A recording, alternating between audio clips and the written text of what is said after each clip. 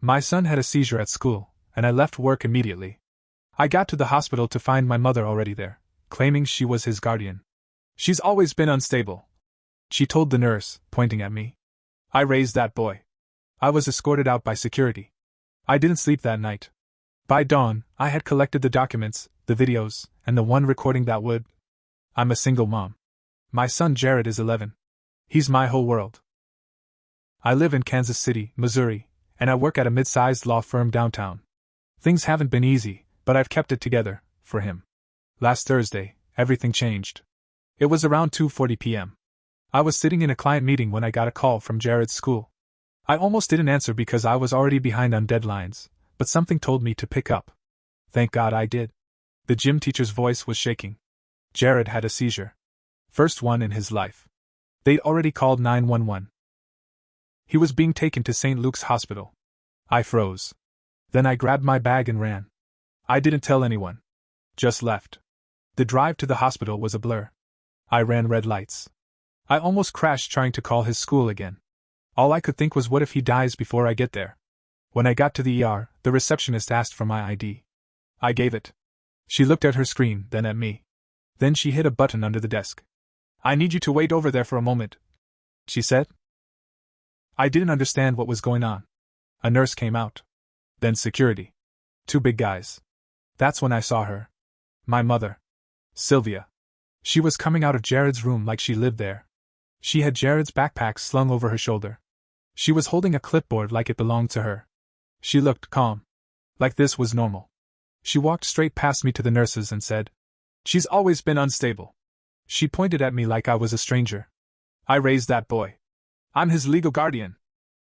I said, "That's not true. I'm his mother. I'm right here.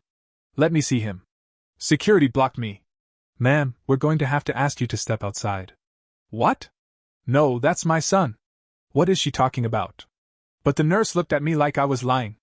My mother had brought papers that said she had custody. She told them I was mentally unstable. She made it sound like I'd abandoned Jared and she had taken him in. None of it was true. But they didn't let me in. They escorted me out of the ER. That night was the worst night of my life. I didn't sleep. I paced. I screamed into a pillow. I cried harder than I had in years. I knew what she'd done. She forged documents. Lied to the hospital. Used my old breakdown against me. When Jared was 2, I had postpartum depression. Bad. I checked myself into a treatment center for 6 months. I didn't lose custody. I left him with her temporarily. But I got help. I recovered. I got a job. A place of our own. I've raised him every single day since. But she never let that go. She would always say things like, "You were never fit to be a mom, not really." Or, "If it weren't for me, he'd be dead." She never forgave me for getting better without her. And now she'd waited for a moment of weakness, a medical emergency, and swooped in. But she picked the wrong moment. Because I'm not who I used to be. By 6 a.m. the next morning, I had every document I could find spread across my kitchen table. Jared's birth certificate. School forms. Medical records. The custody paperwork from when I took him back legally. And the thing that was going to destroy her lie, a voicemail from last week.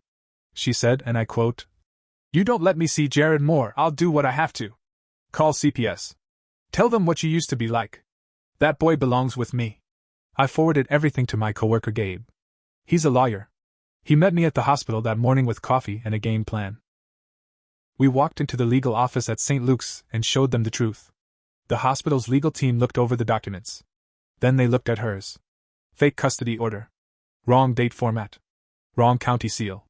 Social security number was off. They called the police. I was finally allowed in to see Jared. He was still groggy. But he opened his eyes when he saw me. He smiled a little. "Where were you?" he asked. I broke. I hugged him and just said, "I'm here now." My mom had vanished. Hospital security had escorted her out. But that wasn't the end. Not by a long shot. I found out later she'd also called CPS the day before Jared's seizure. She claimed I was abusive. That I left Jared alone for days. That he was malnourished and scared of me. The timing wasn't an accident. That report had been filed, so when she walked into the hospital claiming custody, they believed her faster. It looked like she was a concerned grandparent stepping in. She planned the whole thing. So I fought back. I filed for a restraining order. Full no contact. I included everything: the forged papers, the voicemail, the hospital report, the CPS complaint. Everything. I also sued her in civil court. Fraud. Emotional distress. Defamation. She tried to play the same game in court. She's paranoid, she said. She's relapsing. The judge didn't buy it. We played the voicemail.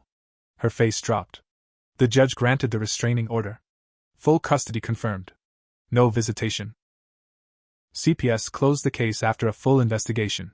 They found no signs of abuse or neglect. Jared was healthy. Safe. Happy. But I wasn't done yet. My mother has always cared more about appearances than anything. At church. In her book club. On Facebook. She posts pictures of Jared like he's her son. Pretends she's some saint who stepped in when I couldn't. So I exposed the truth. I posted everything publicly. Screenshots. Court documents. Voicemails. The truth. She was kicked out of 2 parenting groups. Her pastor confronted her. People she'd manipulated for years started avoiding her. She tried to call me. I didn't answer. Jared knows now. Not everything, but enough. He knows I fought for him. He knows she lied. And I'm not done yet. Because she tried to steal my son. She tried to erase me. She thought I would fold. But I'm going to make sure she never forgets what happens when you come for a mother's child. For a few weeks, things calmed down. Jared was recovering. The seizures were likely genetic, nothing we could have predicted. The doctors adjusted his meds, and he started going back to school half days. But just as I was starting to feel safe again, I got a call from his school counselor. She sounded unsure. I just wanted to check, she said, because Jared's grandmother called and asked if she could be added as an emergency contact again. She said it was a misunderstanding at the hospital, and you'd made up a bunch of lies because of personal issues. I froze. She what? She called twice. Said she was still very involved in Jared's life. I felt the anger rise so fast I had to grip the edge of the table. I explained everything to the counselor. The court order. The police report. The restraining order. She apologized and promised she'd remove my mother's name from the school records permanently. That should have been the end of it. It wasn't. Later that week, I came home to find a letter taped to my front door. No stamp. No envelope. Just 1 page. It was typed. You're unstable. You don't deserve that, boy. This won't stop until you admit what you are, broken. You should be thanking me. I checked the camera on my porch. The motion sensor was off. Power cord unplugged. I called the police. Filed another report. I couldn't prove it was her, but I knew. She was watching us. A few nights later, Jared had a nightmare. I heard him crying and ran to his room. She was here, he said. I saw her through the window. Grandma. I ran outside with a flashlight. Nothing. But someone had left footprints in the flower bed under his window. That was it. I couldn't keep living like this. I got a second camera system. Motion lights. Called a locksmith. Upgraded the locks. Put up no trespassing signs. Then I filed a motion in court to escalate the restraining order. I wanted criminal charges filed for stalking and harassment. My lawyer said it was going to be hard to prove, unless we caught her in the act. So I waited. And she got sloppy. A few days later, she showed up at Jared's school. Told the front desk she was there to pick him up early. Said his mother forgot to call ahead, but she had permission. She didn't know the front office had flagged her in the system. That the principal himself had been notified. They stalled her while calling the police. She was arrested in the parking lot. They found wigs and fake IDs in her car. Multiple. All different names, but the same face. She made bail. But the damage was done. She was officially being charged now. Identity fraud, custodial interference, stalking. You'd think this would stop her. But it didn't. That night, I got another letter. Same tone. This won't end until Jared's safe. He's not safe with you. I started sleeping with a baseball bat next to my bed. But then something shifted. Jared's teacher called me after school one day, very gently. I think you should know. Jared's starting to act different. He asked if maybe he could live with his grandma instead. He said she promised to get him a PS5, a puppy, and a trip to Disney. I felt like I got punched in the stomach. She said she could get custody back. That you might go away. She was still talking to him. Somehow. I confronted Jared. He hesitated. Then said she'd been messaging him on his school Chromebook. Through a homework help account. I checked it. It was an email address that looked like a tutoring service. When I opened it, my hands shook. There were dozens of emails, all written like they were coming from a friend. But the tone was hers. Sweet, then bitter. Loving, then guilt-tripping. She told him she was crying every night. That I was trying to make her disappear. That he was hurting her by not fighting for her. She said he was old enough to choose who he lived with. I sent the emails to my lawyer. We went back to court. That's where it all boiled over. She walked into that courtroom with her hair perfect, her nails done, and a calm smile on her face like she hadn't done a damn thing wrong. She still thought she could talk her way out of it. She told the judge she was worried for Jared. That all of this was an overreaction, because I had mental health issues. That she was just trying to stay in his life and do the right thing. The judge was done with her. They read the emails out loud in court. My mom's face cracked. First time I've ever seen her flinch. The judge ordered a forensic search of all her devices. Seized her laptop.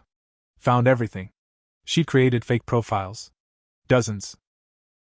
She'd been harassing me under different names, messaging my son, trying to turn people against me. There was even a draft of another fake custody letter, dated for next month. She was planning another move. I thought she was sick. But I realized something worse, she was obsessed. Not with Jared. With control. She didn't love him. She loved owning him. Like he was her second chance. Her prize. And if she couldn't have him, she'd make sure I lost everything. But not this time. Not ever again. I thought the worst was behind us once the court took her devices. I thought maybe jail time would scare her straight. It didn't. 2 weeks later, I was driving Jared to school when I noticed a gray sedan following us. It stayed back. 2 cars behind. I took 3 different turns and even went past the school once, just to be sure. The car followed every move. When I pulled into a gas station and parked by the front doors, the sedan kept going. But I saw the driver's profile just for a second. It wasn't my mother. It was a man. Maybe late 30s. I didn't recognize him. But something about his eyes, the way he looked straight ahead like nothing was unusual, it made my stomach turn. I told my lawyer. He told me to keep documenting everything. I called the detective assigned to her case and told him too. He said she couldn't legally contact anyone on my behalf, but people like your mother always find someone else to do the dirty work. She had someone helping her. It got worse. Jared's school called and said someone tried to enroll for email access to his grades, under a step-grandparent role. They flagged it immediately, thank God.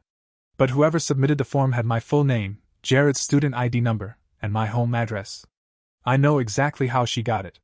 She still had old paperwork from back when I lived with her briefly, right after I got out of the mental health center. She must have gone digging. That's when I realized I had to get in front of this. Not just react to her anymore. So I did something drastic. I filed to legally change our last name. Both of us. It was a hard talk with Jared, but he agreed. He said, "If it means you won't find us anymore, I'm okay with it." We changed our names. Then I pulled Jared out of his school and enrolled him somewhere else. A small charter school in another district. I paid extra for privacy services to keep our info off public databases. I locked down every digital footprint we had. No social media. No online registrations under our real names. I also filed for supervised, monitored drop-offs and pickups only. No one could collect Jared without ID, a court-stamped permission form, and a personal security code that changed weekly. We basically disappeared from her life. On paper, we were ghosts. That's when she showed up at my job. Yes, my actual office building downtown. She stood in the lobby for over an hour, crying, shaking, asking the receptionist to just talk to me for 5 minutes. The receptionist didn't let her up. But she left a letter. It said, "You can change your name. You can move. But you can't erase me. I raised him. I made you who you are. One day, he'll see the truth." I gave the letter to the police. They added it to her case file. Her court date was coming up, and they said this would not help her. But there was something in that letter that stuck with me. I made you who you are. It hit me harder than it should have. Because part of it was true. She had made me who I was, but not in the way she meant. Not out of love.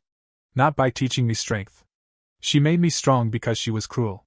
She made me tough because she never protected me when I was a child. She stole pieces of me, year after year. She never hit me, but she knew how to cut deep with words. With silence. With guilt. and now she was trying to do the same to my son. But not anymore. Then came the final twist. Jared got sick again. Another seizure. This one worse. He had to be hospitalized overnight. They changed his medication and warned it could take weeks to adjust. While I sat beside his bed, scared and exhausted, a nurse came in and said something that almost made me scream. His grandmother called. She said she'll be here soon. I jumped up. She is not allowed anywhere near him. There's a restraining order. Do not let her in this building. The nurse apologized. We just got a call from someone claiming to be his emergency contact. They had the right code word. She had the new code word.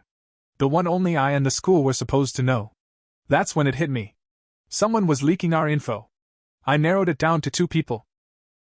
One nurse at the pediatric clinic who had known my mother personally before the restraining order, and my ex-boyfriend, Jared's father, who had suddenly reappeared months ago asking about how Jared was doing.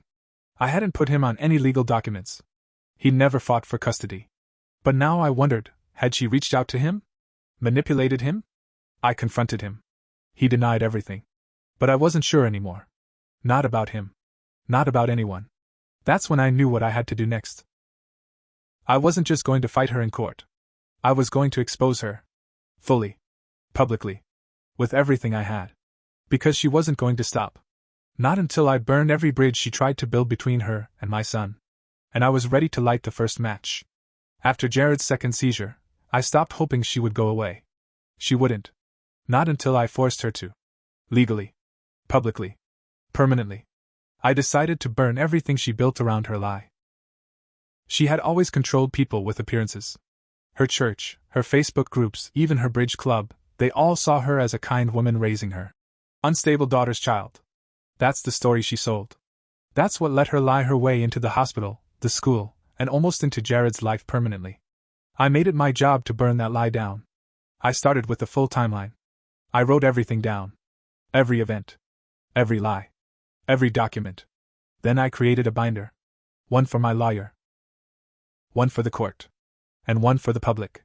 I included her fake custody papers, the court's ruling against her, the restraining order, her arrest record, the emails she sent to Jared, the letters she left at my office, screenshots of her Facebook messages, the voicemail where she threatened to take Jared back by any means necessary. I made a website. Simple name. Easy to remember. JaredIceNotYours.com. I uploaded everything. No commentary. No personal attacks. Just the truth. Raw and plain. I then sent the link, anonymously, to everyone she knew. Her church. Her bridge group. The admins of every parenting group she belonged to. I sent it to the local newspaper. I sent it to the parents of every kid Jared went to school with. Even the head of the volunteer board she was on. And then I waited. It took 2 days. Her church removed her from leadership. Her bridge group dropped her. Her online groups banned her. I heard from one of her old friends, Carol. She sent me a message. I had no idea. I believed her. I'm so sorry. We all did. Then came the court date. Final hearing for the stalking and custodial interference charges. She walked in, dressed nice, acting polite. Like always. But this time, the courtroom was full. Journalists. Observers. People she didn't recognize. The prosecutor laid it all out. Piece by piece. He didn't hold back. Then they played the voicemail again. The one where she said she'd take Jared. No matter what the courts say. Her face cracked. The judge sentenced her to 6 months jail time, followed by 2 years probation, mandatory therapy, and a permanent no-contact order with me or Jared. If she violated it, she'd serve the full 5 years. Then came the civil case.